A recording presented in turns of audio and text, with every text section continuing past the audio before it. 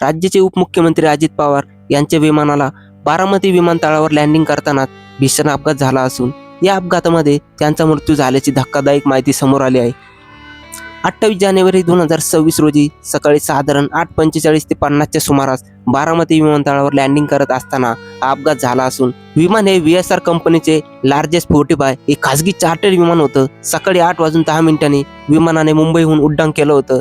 लँडिंगच्या वेळी तांत्रिक अडचण आल्याने विमान धावपट्टीच्या बाजूला एका शेतात कोसळलं आणि त्याला भीषण आग लागली।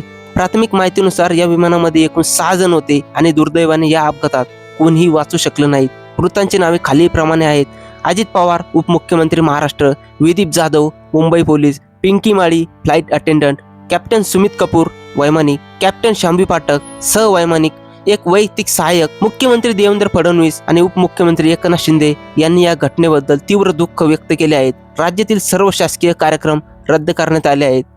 नागरी विमान वाहतूक महासंचालनालय या अपघातांच्या कारणाचा सखोल तपास करत आहे। बारामतीसह संपूर्ण महाराष्ट्रात या घटनेमुळे शोककळा पसरली आहे। शरद पवार आणि सुप्रिया सुळे तातडीने बारामतीकडे रवाना झाले आहेत।